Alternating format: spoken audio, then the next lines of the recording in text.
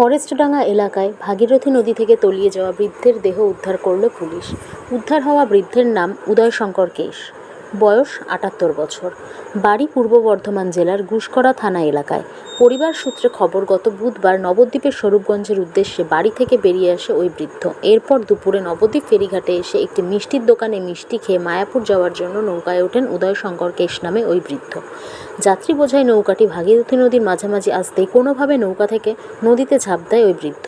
বিষয়টি নজরে আসতেই মাঝি নৌকা ঘুরিয়ে বৃদ্ধকে বাঁচাবার চেষ্টা করেও ব্যর্থ হয়।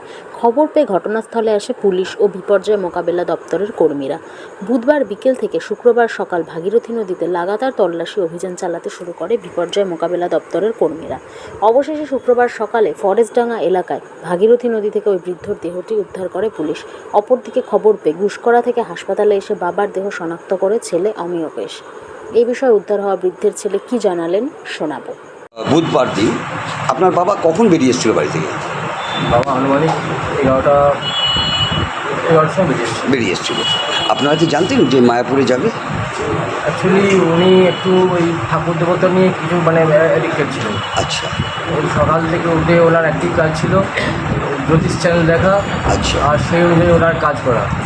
আর কিছুদিন ধরে উনি প্রচণ্ড কৃষ্ণভক্ত হয়েছিলেন। তো ঠাকুরের নাম জপ করতেন, বজরঙ্গলী পাঠ করতেন, চান টান করে করে। আর কিছুদিন ধরেই করছিলেন যে আমার ভালো লাগছে না, কোথায় চলে যেতে হবে, আমার ভালো লাগছে নাকি চলে যেতে হবে। আচ্ছা। অ্যাকচুয়ালি আমার ঠাকুমা, বাবার কাকিমা ছিলেন স্বরূপগঞ্জের মঠে থাকতেন। তো উনি নিঃসন্তান ছিলেন। আমার বাবাই ওনার দেখাশোনা করতেন স্বরূপগঞ্জে। আমাদের যেটা ধারণা, উনি স্বরূপগঞ্জের কোনো আশ্রমে উনি যেতে চাইছিলেন।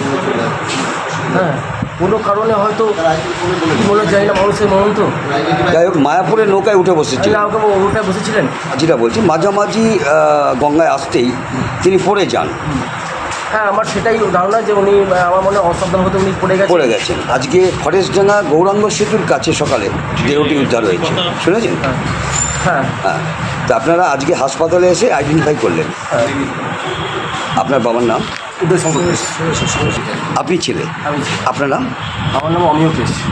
পরশু দিন থেকে একটি বৃদ্ধের দেহ খুঁজছেন ভাগীরথী নদীতে। আজও সকালে নেমেছিলেন।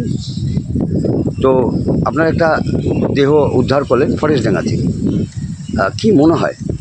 কি মনে হয় বলতে, গত দুদিন ধরে আমাদের সার্চ অ্যান্ড রেস্কিউ টিম কাজ করছে। তারা কাজ করেছে গত দুদিন ধরে, তা তেমন কিছু পাওয়া যায়নি।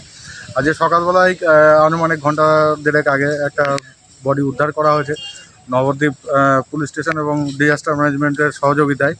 তো যেমনটা বলা হয়েছিল যে একটা ট্র্যাক স্যুট পরা ছিল আর কি ভিকটিম, তা যাকে উদ্ধার করা হলো তিনিও ট্র্যাক স্যুট পরে আছেন।